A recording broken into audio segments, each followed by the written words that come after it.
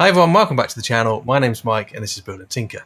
And today we're back with the John Wick Mustang from Fanhome DeAgostini. We're on pack 6, which is issues 21 to 26. And we actually get to make a start on the interior today. We're going to build the floor and the center console. So let's get going.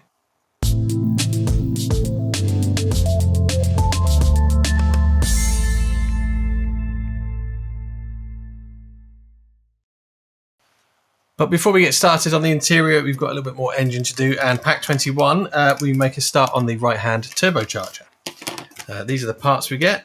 So we have this piece of exhaust pipe, these elements of the turbocharger and its housing, including a nice air intake, which is actually really nicely wrapped. It has a fabric wrap around this part of the pipe, which is pretty cool. And a packet of screws. And we're going to start by putting together the housing for the turbocharger. So we take this air intake pipe and we take this housing piece here.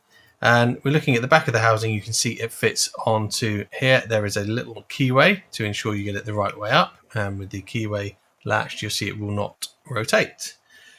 We're then going to put a C-screw straight down the middle here, just like so.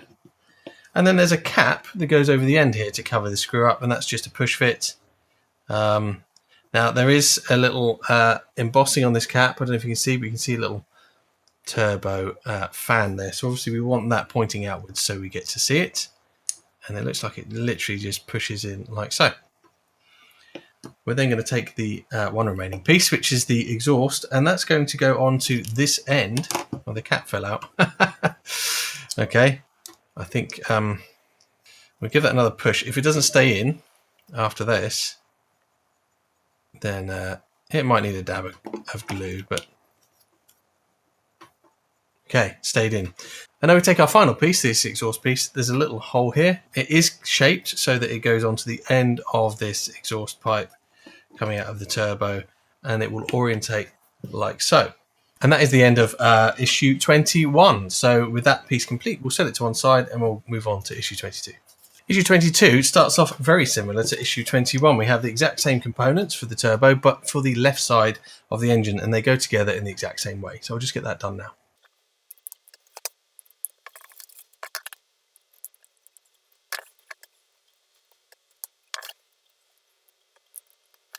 And with our two turbos now assembled, we need to fit them to the engine. So the engine is going to come back to us here. And actually the first step is they want us to fit the radiator that we made previously. So here is our engine that we already made, and here is the radiator, and obviously it goes grill side out. There's a little hole in the bottom of the radiator there, and it looks like that goes onto a little stud in here. There's a little post just there. This piece is only push fit on, and it seems to drop off really easy, so you might actually want to pop some glue on there. I haven't yet, but we've all seen how things go when I try to glue anything. So I'm going to sit the radiator down on top of this post. In fact, probably easier actually to just take that off and fit it to the radiator first, because you can see what you're doing.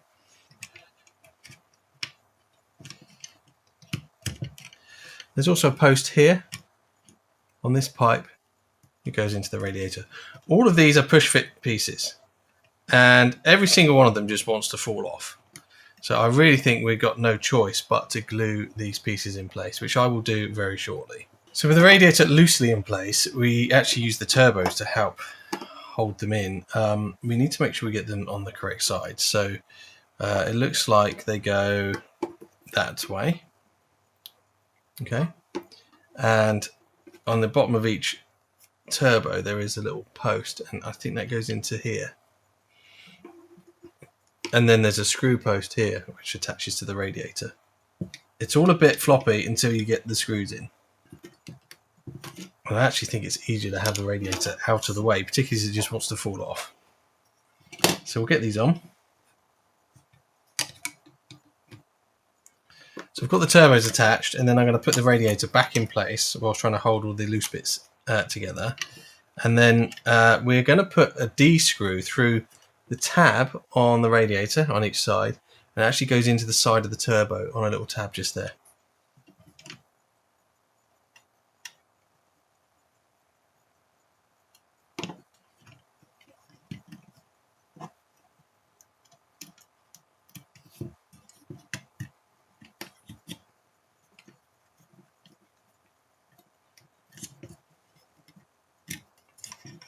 Okay, with the first one in, it's now starting to hold together a lot nicer.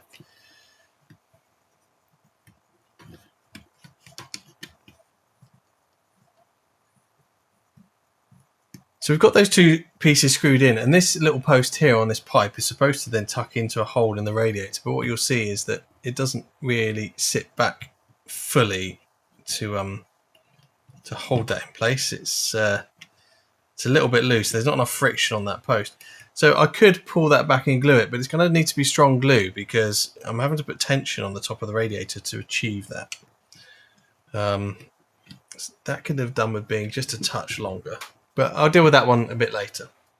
And with our engine now sporting its two turbos, we are actually done with issue 22. But there's a few things I'd really like to point out that I think are great details. I'm actually going to zoom you right in as tight as I can. And we're going to ignore the glue mark on the top of there. These turbos look fantastic. There's some nice detailing on the different colours they've used. Often with part works, you can get every engine component is just gloss black and it looks a bit naff. This is the opposite of that. So you've got really nice colouring here with this sort of grey element, and then a darker grey here.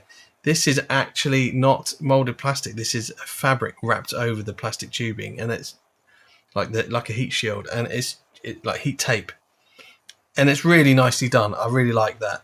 And then obviously more silver details. And as you look at the rest of the engine, you've got these different coloured parts, and even the oil caps and what have you.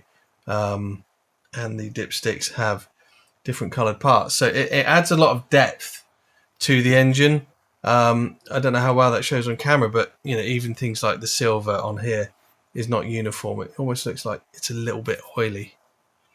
Some of these stickers are quite nice. So I think as far as engine details go, and I've done a few of these, this is definitely one of the best.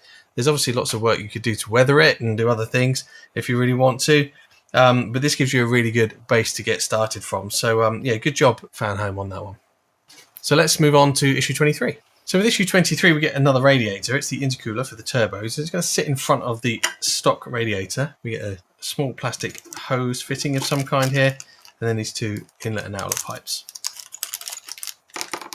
So we start with this pipe. It has a right angle on one end, which is next to what looks like a coupling. On the other end, there's a right angle and there is no coupling. So that's how we're going to identify each side. The side that has the sort of coupling there is going to go on the right side of the engine. So it's going to go over onto this intercooler. And it looks like it plugs into this hole at the top of the intercooler. But before it does that, we need to thread it underneath this intake pipe, and then back up on the other side. So we're going to go underneath this big central pipe here, and it needs to come back up for the other turbo. So I'm just going to grab some tweezers so I can grab it and pull it back up. Keeping in mind there's other hoses here, so we need to be cautious not to pull those out. Okay, so we've got this threaded across underneath here, and it's coming out both sides. And now I'm just going to rotate it over. We need to plug it in. So one end plugs into, actually needs to go underneath this pipe as well. So this is going to go into this hole here.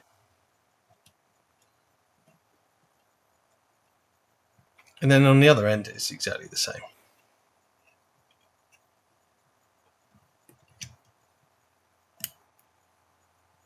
They're not the tightest to fit, so we need to now be cautious not to knock those around. Next, we're going to install these. These connect the intercooler to the turbos. They are not the same. They are handed, but they're not stamped in any way, so we just need to work out from their orientation. So they're basically going to come out the bottom of each of these turbos, and then the intercooler is going to go here, and this is going to attach and join the two up. So you can sort of figure it out by working out if the angles match. Okay, with both of those installed, you can see that they're kind of pointing roughly in the right direction. They're not keywayed, so you can actually rotate them a little if you need to. And although they've given us the intercooler with this issue, we don't actually install it yet. So this is how this finished issue looks. And that's the end of issue 23. And we'll move on to issue 24. Now with issue 24, we're moving on to the body. So these pieces now need to be put away safely. You're going to have to be a little bit cautious. Some of these bits are kind of hanging on a little bit. This obviously is going to be loose. So again, the importance of having secure storage, ideally with compartments, is highlighted here. So let's get these put away safely. Because here we are in issue 24 and we have our first part of the interior, and it's the floor. It's the floor pan that the seats and everything will be attached to. Now it's you'll see it's got a matte black finish inside. It's not carpeted, it's flocked, and it's not even flocked particularly well. From a distance it looks alright, but it's actually coming off of my hands, and it's definitely not carpet. However, we have a solution for that, and I'll mention that in a moment. So we start by installing the glove box base, and the underside of it has a little notch here, so we want that facing downwards, and it goes on this end of the car. And it's going to sit over some cutouts just here. These notches will hold it in alignment, but they won't hold it in place. For that we need 2 screws, and they are C screws. And that's actually everything we have to do with this issue, so we'll move on to issue 25. So I mentioned earlier that this is sort of faux flocked with some strange hard coating that actually comes off when you touch it, so it's really no substitute for a carpet. There's only one place I go for my carpets, and that's Mike Lane Mods. He's done carpets for my Batmobile, for my kit model, for my DeLorean, and others. They're the best quality and easy to fit. So he doesn't actually have carpets for sale for the John Wick Mustang yet, but he will, and I'm going to help with that process. So I'm taking this floor down to him tomorrow morning, and he'll be able to take the measurements he needs to get a set of carpets on sale as soon as possible. I'll let you know as soon as I know anything, but I've seen him do this before, and he does it really, really quick. So on to issue 25, and we start to build the console, and there's actually some really nice details I like on this piece, starting with this inlay. It's the gear shifter cover, gator, whatever you want to call it. It's obviously an automatic, so it's not proper gear shifting, but it has this really nice sort of wood inlay that is quite nicely detailed. I quite like it. It has a nice feel to it. It's like a matte finish like you would expect to see on a wood interior. And I think that's going to look really great once we get it installed in here. I don't know if the center console for this car would have been carpeted or whether it would have been vinyl. I'm not sure. So we need to find that out, because this is just hard plastic. And our first step is to install the shifter itself. And we put it in through the hole here in the selector gate. And we have to sort of put it in one direction and then rotate it. However, it is okay. It does fit just. And then we rotate it round, because on the underside it drops into a channel. You see it sits in just there like that. And then we have to put this cover over the top. Now there is a little groove in there for the gate shifter to drop into. You'll notice that one of these screw holes is slightly raised, so I think it goes this way round. Yeah, it does. So it goes that way round. And we put a screw in each hole, and they are the D screws. Now they're very small screws, and we're screwing into plastic, so we don't need to over tighten them. Obviously, I also can't put this down on the desk to lay it flat while I screw it in, because I don't want to break the shifter off. I did the Aston Martin DB5 the other weekend, broke the shifter off of that. Fortunately, Agora models were fantastic. I just contacted them, and they were able to sell me another one. Now there is a bend. I should have mentioned this earlier. There is a bend in the gear shifter. It's deliberate, and it must, with it coming out straight there, it must bend backwards towards the narrow part of this inlay. With this assembled, we now put it into this part of the center console, like so. And then it screws in from underside using 2 C screws. So we put one screw here and one at the bottom. So that's our center console with the gear shifter finished. We don't actually attach it to the car yet, so it doesn't go onto the interior just yet. So that is literally everything for issue 25. So we'll move on to issue 26. So with issue 26, we have the seat belts and their anchor straps. There's also another part of the center console and a chrome piece. I don't know what that is, but we'll find out. So we start by installing the seat belts, and here they are. They are, by the looks of it, just lap belts. And they don't appear to be handed in any way, but you do want to get it the right way so that when the belt goes across the seat, the buckle's the right way up. So we'll start on this side because it's nearest me. There's a metal piece on the end, and it goes through a very small hole just here. Making sure we have this the right way around, we push the metal piece through this slot in the floor just here. It goes through, and you'll see it appear on the other side. And there is a small screw hole post just here next to it. So we need to bend this tab over to line up with that post. And they have put a little crease mark on the back of the tab, so hopefully it shall bend at that point. And with just a little bit of force from my finger there, that has bent at the right place, and you can see the hole lines up. And then we use the little B screw to hold that in place. Like so. And then you just repeat for the other side. And then we have our two seat belts installed. And next we need to assemble two parts of this center console. There's a lid and a base, and one just simply fits over the top of the other. And then from underneath we put two screws in. I'm using C screws.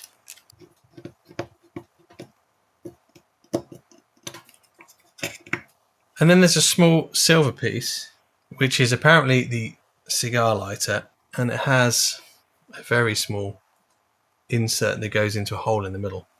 So we just assemble that.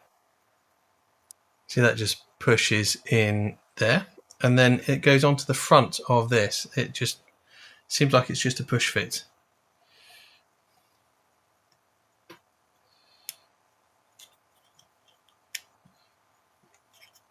And there we go. That then needs to be attached to the end of the center console that we made earlier, and it just sits on the back here. Very obvious where it lines up, and there's two screws underneath. Again, these are C screws. And that's done. And then with our floor back, this now inserts into that gap in the middle, just like that. And obviously we're going to screw it into place. We're going to screw it from underneath with 4 C screws. And they go in these holes here, 2 there and 2 there.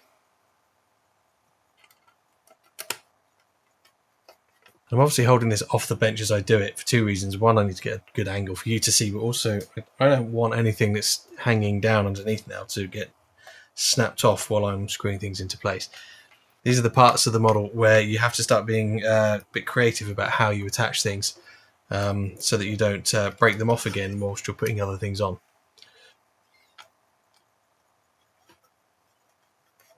And that's now secured to the floor. And the final step is to add these. These are the seatbelt buckle receivers, and they go into the floor of the car. They're just a push fit. You'll see on each side of the car there's a little slot for it to go into. Now we need them to be facing forwards towards the front of the car. So they look like they're identical. You just need to ensure you put them in the correct way around, and they literally do just push in like so. So one on each side. And that's those installed. You might want to glue them at some point later because they look like they might come off, but obviously I'm not going to do anything until we have the carpets installed. So as I said before, this very floor pan is coming down with me to Mike Lane Mods tomorrow, and he will be measuring up for a set of carpets. So do check those out when they're available, and you'll also know that if you buy a set, they were literally modelled off of this very base. So that's it for issue 26, and in fact, that's everything for pack 6 of the John Wick Mustang. And it's nice to get some of the interior coming together. I always like it when that starts to happen. And very soon, hopefully, we'll get some chassis too, and we can start putting some of these big pieces that we've made into it. So I hope you enjoyed the video. If you did, remember to click that like button, leave a comment, subscribe if you haven't already. That really helps my channel out, and it costs you absolutely nothing. Most important thing is, of course, that this has been somehow of use to you and that you've enjoyed watching it. So make sure you have a great day, and I look forward to seeing you next time. See you soon. Take care.